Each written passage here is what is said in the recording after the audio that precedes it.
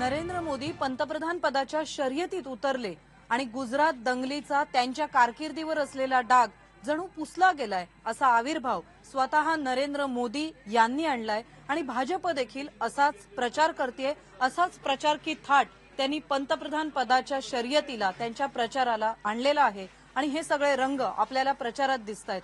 पण असं असलं तरी आम्ही आलोय अहमदाबाद मधल्या नरोडा पाटिया या भागामध्ये, ज्या भागामध्ये 2002च्या दंगलीची सर्वाधिक झळ बसली होती।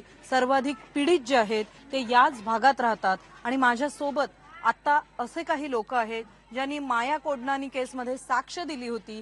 याशिवाय गुजरात दंगलीतल्या आणखी काही महत्त्वाच्या खटल्यांमध्ये ते आज साक्षीदार म्हणून आहेत आणि साक्षीदार असल्याची फळं त्यांना भोगावी लागतायत, तीही अशी घर सोडून त्यांना अशा पद्धतीने राहावं लागतंय। गुजरात सरकारने नरेंद्र मोदींनी त्यांचा विकास का थांबवलाय हा प्रश्न आपण त्यांनाच विचारूया। आपण त्यांच्याशी बोलूया। आपकी जो पहचान है वो भारत को एक बार फिर से करके देंगे और ये हालत में आप क्यों रह रहे हैं वो भी जानना चाहेंगे। तो हमको कोई नौकरी धंधा ही नहीं देता है। आपका नाम बताएंगे। मेरा नाम जन्नत बीबी कल्लूबाई शेख है। अच्छा, आप कौन से केस में विटनेस है। मैं पाटिया केस के अंदर विटनेस हूँ। जी हाँ। पाटिया केस के अंदर विटनेस हूँ। हाँ। और हमको कोई नौकरी धंधा ही नहीं देता है कि तुम केस के अंदर हो तो तुमको नौकरी नहीं मिलेगी। अब हमारे मियाँ भाई के अंदर तो नौकरी नहीं है तो कहाँ जाएंगे, अब रहते यहाँ है तो खाएंगे क्या।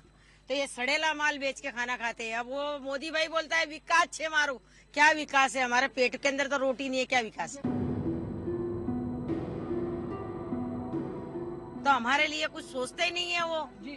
तो क्या क्या विकास कर रहे हैं हमारे लिए। अब ये बेच के इसके अंदर 5 रुपए 10 रुपए के अंदर बेचने के अंदर क्या मिला हमारे को। शाम पड़े तो हमको 20 रुपए मिले, तो 20 रुपए में हमारे बच्चे इतने सारे खावे कि हम खावे। हमारे बच्चे देखो स्कूल नहीं जा सकते हैं, स्कूल में नहीं पढ़ा सकते, बोले तुम लोगों का केस चलता हम नहीं पढ़ाएंगे, तो हमारे बच्चे भी कहाँ जाए। मैं ये जानना चाहूंगी 2002 की जो राइट हुई, दंगल हुई, उसके बाद में मुआवजा दिया गया। सिर्फ 1250 रुपए हमको सरकार ने दिया है। 1250 रुपये और कुछ नहीं दिया हमारे को सरकार ने, 1 रुपया भी नहीं दिया। हमारा घर बार सब जल गया मगर कुछ नहीं दिया हमको, कोई मदद नहीं किया है मोदी ने, 1 रुपये का मदद नहीं किया हमारे को।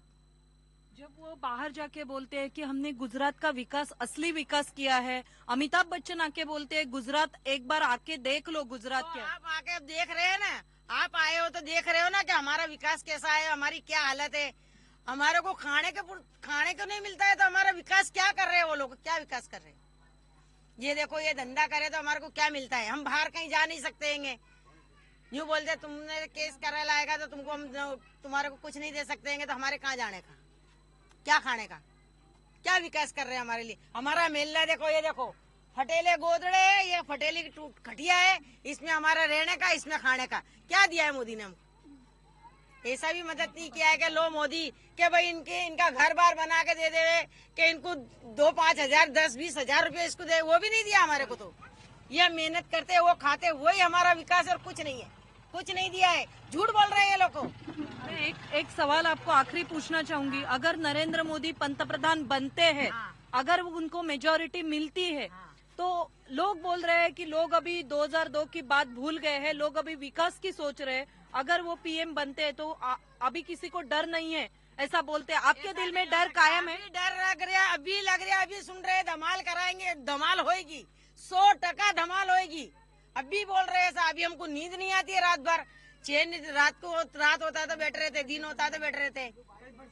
अभी परसों के पेपर के अंदर दिया मुसलमानों को मार के यहाँ से भगाओ, उनके मकान छीन लो, उनको भगा दो अंदर पाकिस्तान। तो हम पाकिस्तान कहेंगे, हिंदुस्तान के अंदर जन्म लिए, हिंदुस्तान के नागरिक थे, हम पाकिस्तान क्या लेने जाएंगे। मरेंगे भी तो यहाँ, जिएंगे भी तो यहाँ, मोदी के साथ में मर जाएंगे। ऐसे ही सोचा हमने भी, वो क्या भगाएंगे हमको क्या भगा सकते हैं। हमारे बाप दादे यहाँ मर गए, हमारी पीढ़ी यहाँ गुजर गई, तो हम पाकिस्तान क्या लेने जाएंगे, रोने जाएंगे पाकिस्तान वाले को। धमाल शब्द वापरतायत। धमाल याचा अर्थ इथल्या भाषेमध्ये धमाल झाली म्हणजे दंगल झाली असं म्हटलं जातं आणि दंगल पुन्हा एकदा घडू शकते अशी भीती आम्हाला वाटते, असं नरोडा पाटिया भागातल्या अत्यंत गुजरात मधला संवेदनशील भाग म्हणून अहमदाबाद मधला जो ओळखला जातो इथले रहिवासी सांगतायत। पूर्ण वस्ती खाली झाली होती, पूर्ण वस्ती इथे पुन्हा एकदा वसवण्यात आली आहे। गुजरात सरकारने हे काम केलंय। माया कोडनानी जी केस आहे आपल्या सगळ्यांना माहिती आहे, नरेंद्र मोदींच्या मंत्रिमंडळातल्या एका मंत्र्याला जी शिक्षा झाली, माया कोडनानी यांना जी शिक्षा झाली त्या केसमध्ये प्रमुख साक्षीदार असलेले सय्यद भाई आपल्यासोबत आहेत.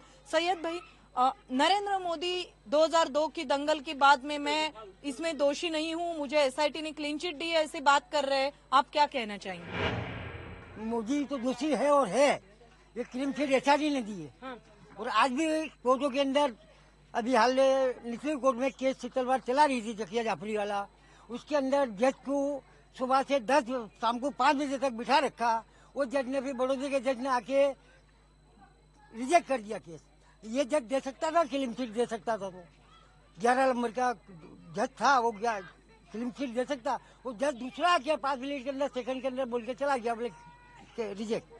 तो एक राघवन ने क्लीन चिट दी है एसआईटी ने, इसकी बरोबर तपास नहीं है, ये भी हम भी जानते हैं। एसआईटी ने 60 का काम किया है, एक मायाबेन कोटलानी को डाला है इन लोगों ने, ये क्यों डाला है वो जानते हैं। बाकी नहीं तो मोदी दोषी है और दोषी रहेगा। आज वो पीएम पद के उम्मीदवार है, यहाँ का नहीं संभाल सका तो भारत को संभालना बहुत भारी है उसके लिए। वो बोलते हैं विपक्ष जो है वो गलत प्रचार कर रहा है, हमने दंगल नहीं की, हम धमाके नहीं करने वाले। आपका विश्वास है? नहीं, बिल्कुल उसके ऊपर विश्वास ही नहीं है हमको, बिल्कुल 2002 से और आज तक विश्वास नहीं है मोदी के ऊपर। कभी भी कर सकता है ये। कल परसों के पेपर में दिया है, हिंदू के एरिया में से मुसलमान भाग जाओ, नहीं तो हम मिलकर छीन लेंगे। ये अभी पेपर में चालू चिट्ठी में बोल सकता है, तो आगे क्या कर सकता है उसका वकील है। मोदी का दिल साफ नहीं है, उसको कभी भी कुछ कर सकता है, कभी भी वो हमके ऊपर हमला कभी भी कर सकता है, फिर भी करा सकता है दंगा। इसका विश्वास नहीं है हमको। 2002 की बात आप भूल पाए हैं कभी? नहीं, वो तो भूल तो हम मर जाएंगे, जब तक नहीं भूलेंगे। बच्चे भी हमारे बच्चे भी 7 पीढ़ी आएंगे, वो भी नहीं भूलेंगे 2002 को। तो अभी भारत भ्रमण कर रहे हैं नरेंद्र मोदी जी, और जो वड़ा प्रधान बनना चाहते हैं, तो अभी वो भारत जा रहे हैं, भारत की अदर जो राइट विक्टिम्स है उनको मिल रहे हैं। यहाँ कभी आए हैं नरेंद्र मोदी? आज तक 2002 के बाद में इधर देखने नहीं आया क्या हुआ जी। आज तक नहीं आया। यहाँ निकलता है यहाँ से गाड़ियों लेके, एक गाड़ी की जगह 10-10 गाड़ियाँ निकलती है पुलिस की जी। जब तेरे को डर लगता है तो फिर तू सीएम का वोट क्यों मांगने आता है? हमारे लोगों से डर लगता है, इतना एरिया हम क्या मारेंगे उसको, तुम लोग को खुद हमको मार देंगे। पुलिस हमारे ऊपर गोली चलती है, उसके ऊपर नहीं चलती है। इसके लिए हमको तो भरोसा है ही नहीं इसके ऊपर, ना भरोसा रहेगा। और एक बड़ा प्रधान बन जाए या नहीं बने, तो आम जनता की आवाज है, ये आने का तो है नहीं, हमको तो भरोसा है। आने वाले 30 तारीख को जो वोटिंग है, आप वोट करके आपका जो गुस्सा है उसमें बताने वाले हैं? हाँ जी, हाँ बिल्कुल 100%। 100% हम वोटिंग करेंगे, वो हमारा रोज तो उसके ऊपर उतारेंगे ना। और अभी ये मुफतिया नगर में जाओ, देखो मोदी का कैसा काम है।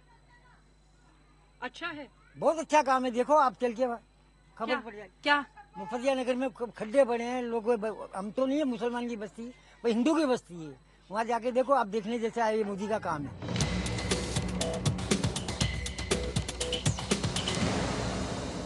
आपल्यासोबत मास्टरजी आहे, ज्या मास्टरजींनी गुजरात दंगली नंतरच्या काळामध्ये खूप महत्वाचं काम केलं आणि त्यामुळे नजीरबाईंना इथे मास्टरजी म्हणून ओळखलं जातं।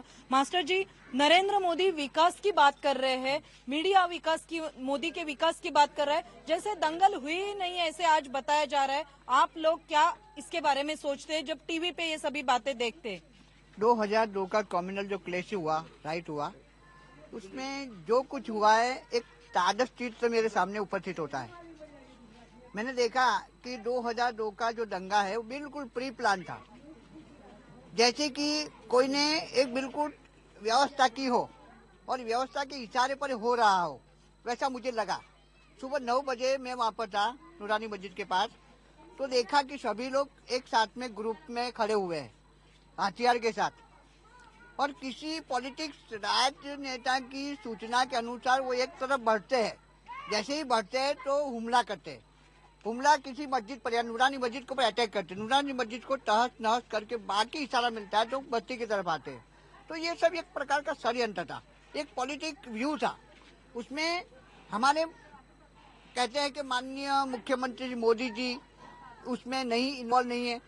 अगर एक व्यक्ति राजा हो, इस राज्य का राजा हो, और इसको इस बात का पता ना हो, वो तो ताज्जुब की बात है।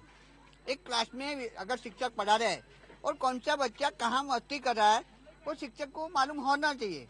अब वो ऐसा थोड़ा होता है कि अगर शिक्षक सोता रहे तो बच्चे क्या करेंगे। इसी तरह से हमारा माननीय जो मुख्यमंत्री नरेंद्र मोदी है उस समय पर सजाग थे, वो वहां तक पहुंच गए, गोधरा के बस स्टेशन पर यानी वडोदरा गोधरा के बस स्टेशन पहुंचकर वहां सब लाशें इन्होंने ये करा वो करा, तो उस समय पर यहाँ दूसरे दिन हुआ तो कम से कम एक औपचारिक मुलाकात तो लेनी थी किसी राइट विक्टिम की, तो कम से कम ये एहसास होता कि नहीं हमारे माननीय मुख्यमंत्री श्री सेक्युलर है और सेक्युलर की वजह से वो मुसलमान के पास आए और इनकी दुख सुख में बात शामिलदार हुए, वो तो हुआ नहीं है।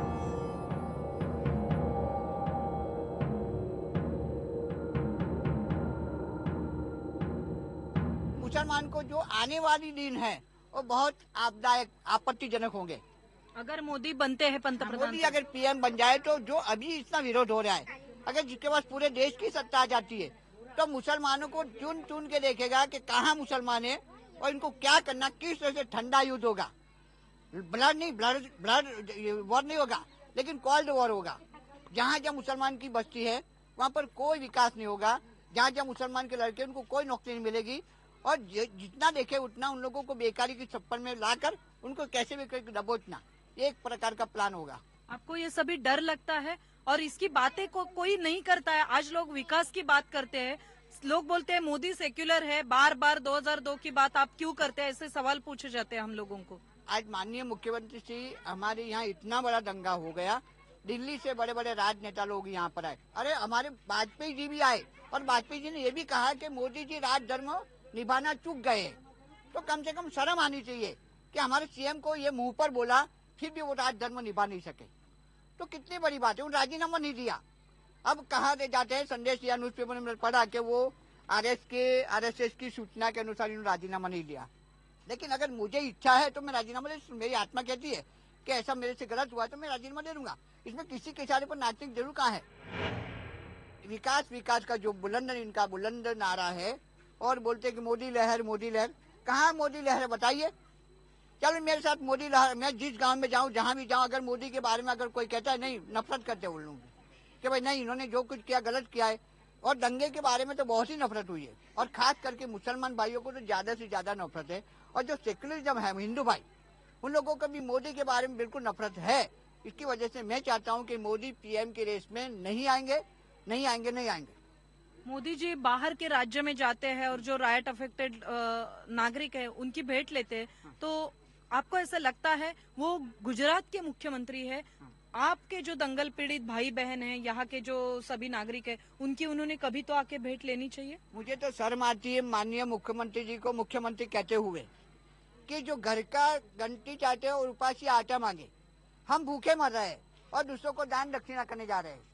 हाँ, गुजरात में इतना दंगा हुआ और वो दंगे के वजह से यहाँ अगर आए होते तो हमको कम से कम एहसास होता नहीं मोदी जी हमारे मुख्यमंत्री है। लेकिन मुजफ्फरनगर में क्यों गए?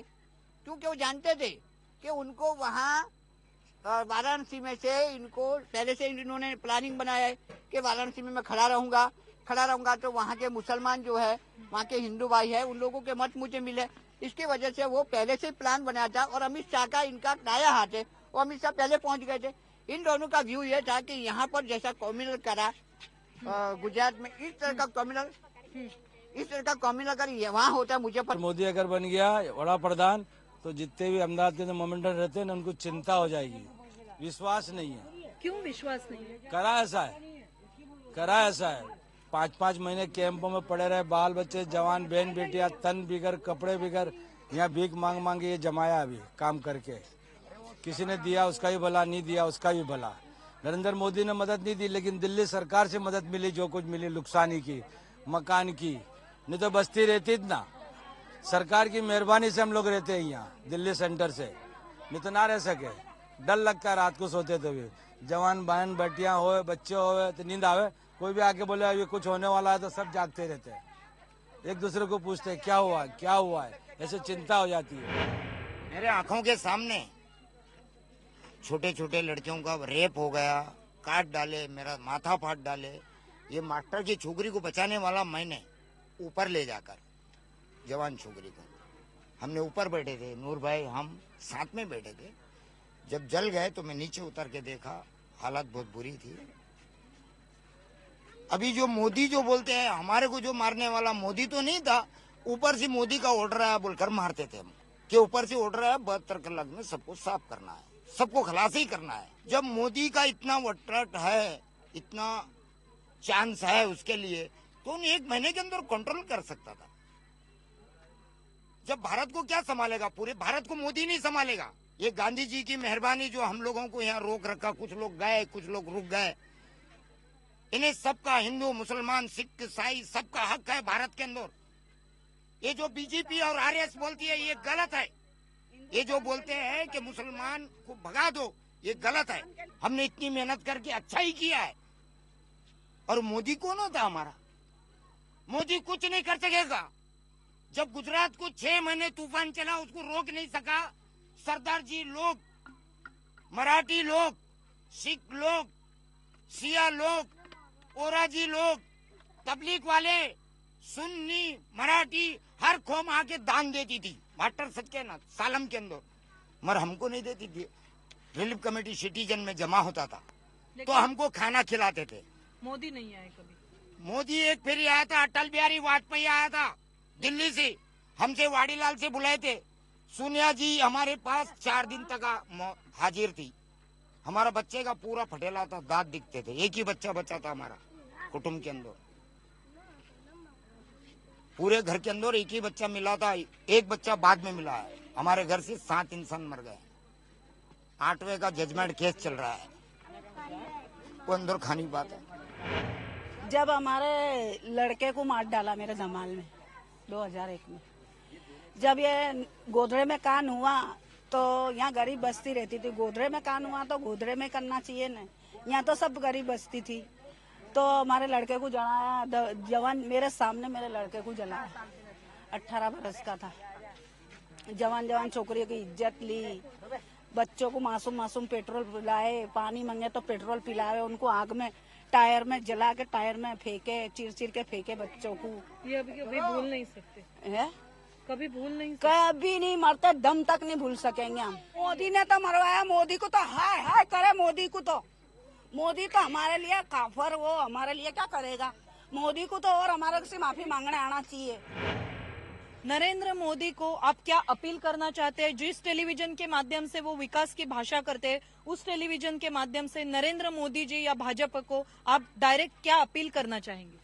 मैं तो माननीय मुख्यमंत्री जी को अपील करता हूं कि भाई आप एक पीएम की रेस में जा रहे हो और हमारे माननीय मुख्यमंत्री जी हो, तो आपको गांधीवादी विचारसरणी से सभी कौम को एक साथ लेकर और ना भेद, ना ऊंच, ना नीच, सभी भाइयों को साथ लेकर इनको साथ में इनके हक दिए गए वो हकों का पालन करना चाहिए। और संविधान जो बनाया है, संविधान के हिसाब से सबको जीने का अधिकार देना चाहिए। विकास कुठला झालाय आणि कशाचा झालाय याची उत्तरं नरेंद्र मोदींकडे मागितली जात आहेत।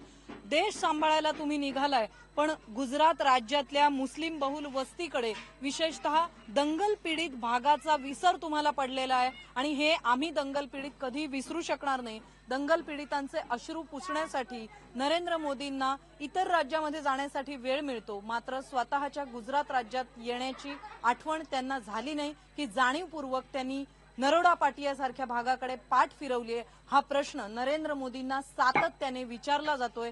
याकडे दुर्लक्ष करण्याचा प्रयत्न भाजप आणि नरेंद्र मोदी करतय, मात्र येणाऱ्या 30 तारखेच्या मतदानाच्या वेळेला इथले नागरिक आपला जो अधिकार आहे तो वापरून नरेंद्र मोदींवरचा आणि भाजपवरचा आपला रोष व्यक्त करायला विसरणार नाहीयेत आणि त्यापासून त्यांना कोणी रोखू देखील शकणार नाहीये।